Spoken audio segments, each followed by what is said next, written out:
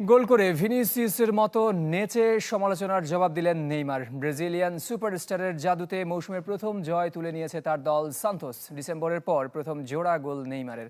বিশ্বকাপ স্কোয়াডে জায়গা করে নিতে মরিয়া ব্রাজিলিয়ান পোস্টার বয়। নতুন মৌসুমে সান্তোসকে প্রথম জয় এনে দিলেন নেইমার জুনিয়র। ঘরের মাঠে ভাস্কো দা গামাকে 2-1 গোলে হারিয়েছে সান্তোস। জোড়া গোল করে জয়ের নায়ক ব্রাজিলিয়ান সুপারস্টার। ম্যাচের 25 মিনিটে দলের হয়ে লিড এনে দেন নেইমার। দারুণ ফিনিশিংয়ে করা এই গোলের পর গ্যালারির উদ্দেশ্যে চুপ থাকার ইশারা করেন তিনি। পরবর্তীতে কর্নার ফ্ল্যাগের কাছে গিয়ে ভিনিসিয়াসের মতো নেচে গোল উদযাপনও করেছেন।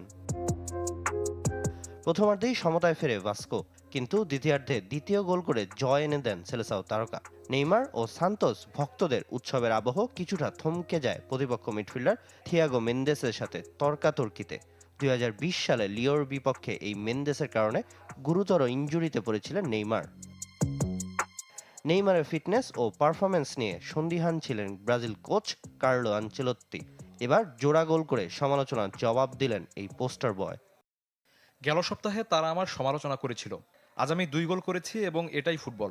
একদিন আপনি অধারাবাহিক বা অবসর নেওয়ার মতো ফুটবলার, পরের দিনই মানুষ আবার বলবে আপনাকে বিশ্বকাপে যেতেই হবে। নতুন বছরের শুরুতে নেইমারের অস্ত্রোপচার হয়েছে। সান্তোসের হয়ে মাঠে ফিরেছেন খুব বেশি দিন হয়নি। বিশ্বকাপে জায়গা করে নিতে নিজেকে প্রস্তুত করতে মরিয়া এই মেগাস্টার।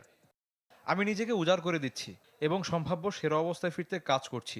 এটা ছিল এই বছর আমার 3য় ম্যাচ, সাথে দ্বিতীয়বার পুরো ম্যাচ খেললাম। শেষ দিকে একটু অস্বস্তি হচ্ছিল, কিন্তু এটা প্রক্রিয়ার অংশ। মার্চের দ্বিতীয় সপ্তাহে ব্রাজিলিয়ান লিগে মিরাসলের বিপক্ষে নামবে সান্তোস।